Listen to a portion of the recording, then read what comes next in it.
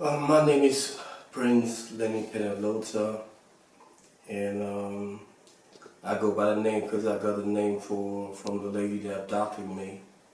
And about my status, I would say I have no status right now because I don't have no identity right now.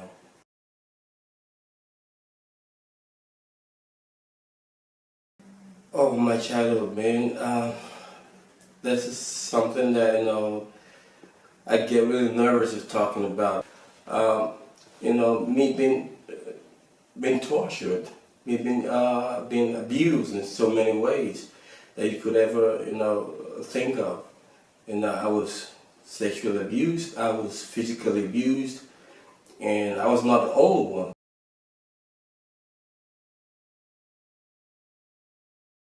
The first place I can remember that I started living actually that came to my mind that okay, I'm really living, I'm alive, I'm living, I'm living a life. As back then when I was in the basement, with all the kids.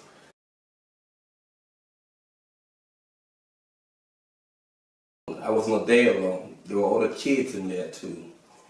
And some of these kids, went through, you know, the same tough times that that I also experienced.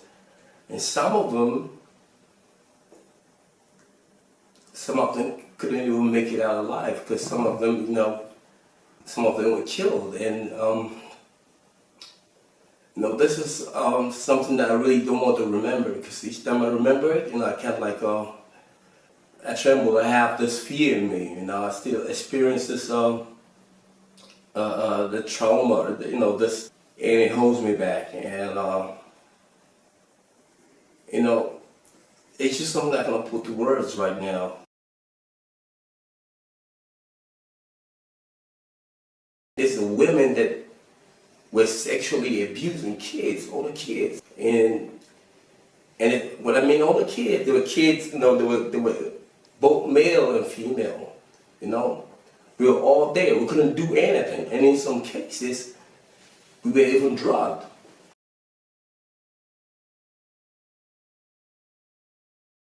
I was injected, and I think I was drugged, before we moved out from the basement to where I found myself in Germany.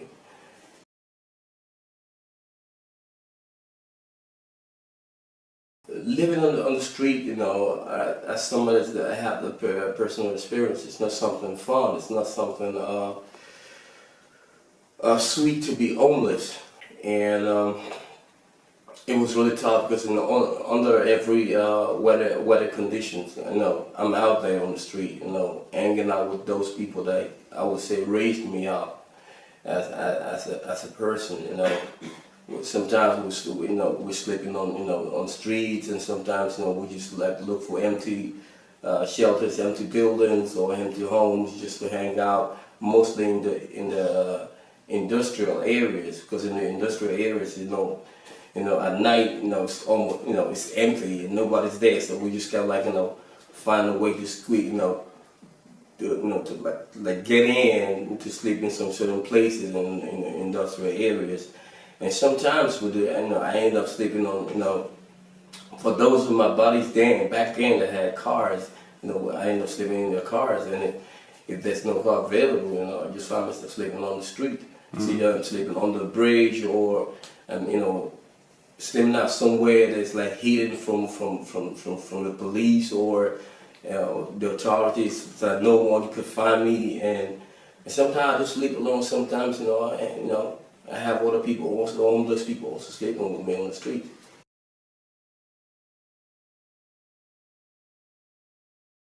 About my biological parents is something I've been trying to find out about for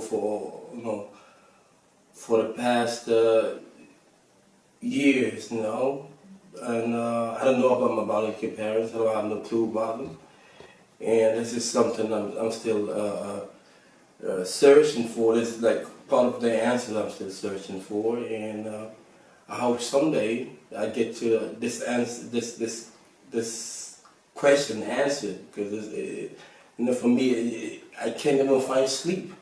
I don't know about myself. I don't know about my biological parents. I don't know who they are. I don't know if they're alive or they're dead. And that's one of the biggest things, because one of the biggest challenges I'm facing right now.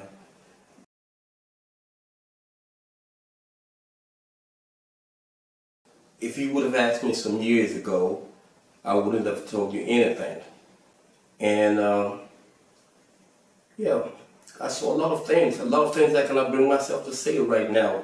There are a lot of things I need to talk about, and that I do remember right now, that I would someday, talk about everything, give every details out that I remember. But right now, it's really, really tough for me to just say everything, at once, because I'm still trying to deal with those facts that, of what I went through as a kid.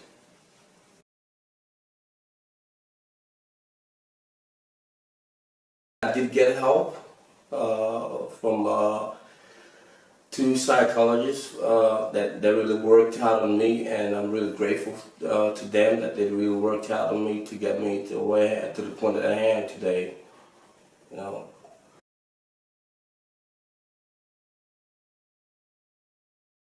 I don't have the right to have a job, and although I've asked a couple of times for a job for me, I cannot have a job because they say I don't have I cannot identify myself, so I cannot get any job.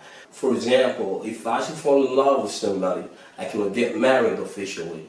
That's not going to happen, because for you to get married in this society that we're living today, you need to have an identity, to be identified, to be an official human being. I'm not official.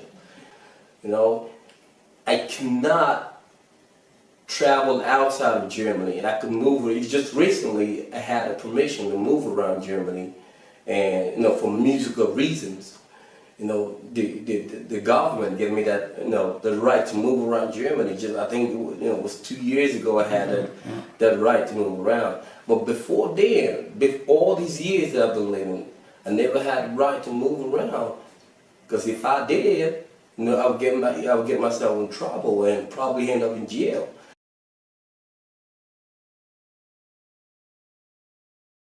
For example, clothing. I got this clothes from a friend of mine called Christoph. He's been helping me out with clothes for years now. And when it comes to even, like I said, getting food on my table, I have to sometimes I do go weeks without food on my table. I have to ask for friends, ask friends for help, to get food on my table. And I'm just happy that I have good friends around me. They're not much, I just have just a few good friends, but that's all I need. I don't need a bunch of ungrateful friends. So I just need those that understand me, know my situation. So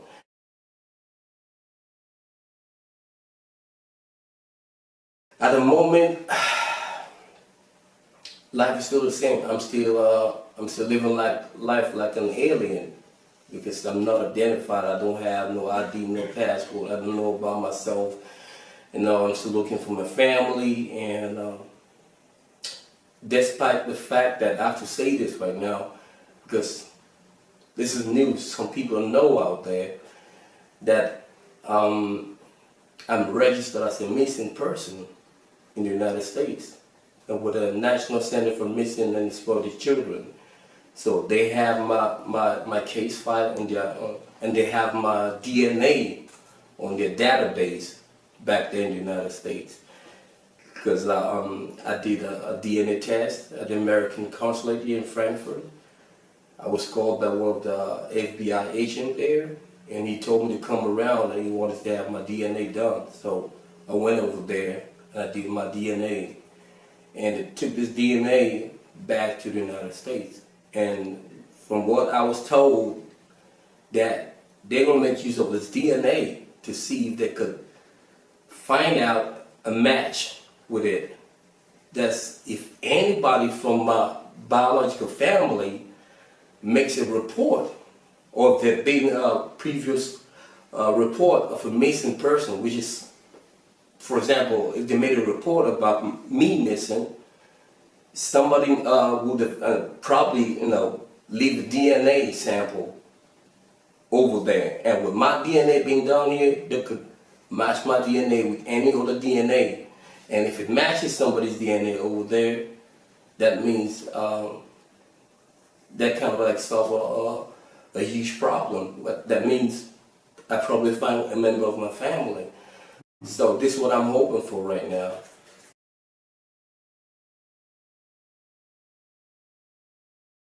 I'm just saying, never give up, stay hopeful, keep believing that someday, somehow, you're going to find your kids or your loved ones back again, because you don't know. They might be out there somewhere, also praying that they get to find their families. And I'm a living proof of that. I'm still searching for my family, but I'm holding on strong. And I'm hoping someday I'm going to find my family again. I don't know when it's going to be, but I'm just hanging on hope. And I'm asking anybody out there that can help me in a positive way, journalists or reporters, anybody that could do anything positive, to help me to get my story out there internationally. I mean, that would be the greatest gift of all that somebody could do for me.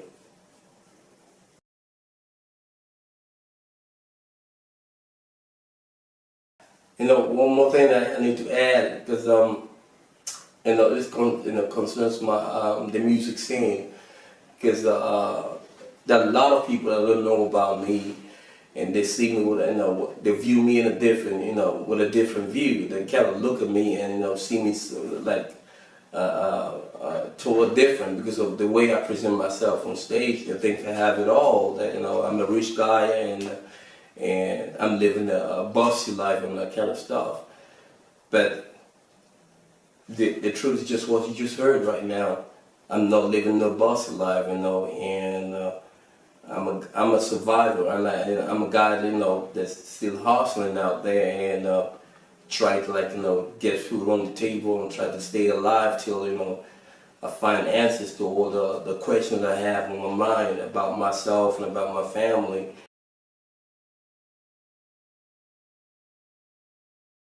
I want to say thanks to those that know about my situation and know about my problems that have helped me positively all these years.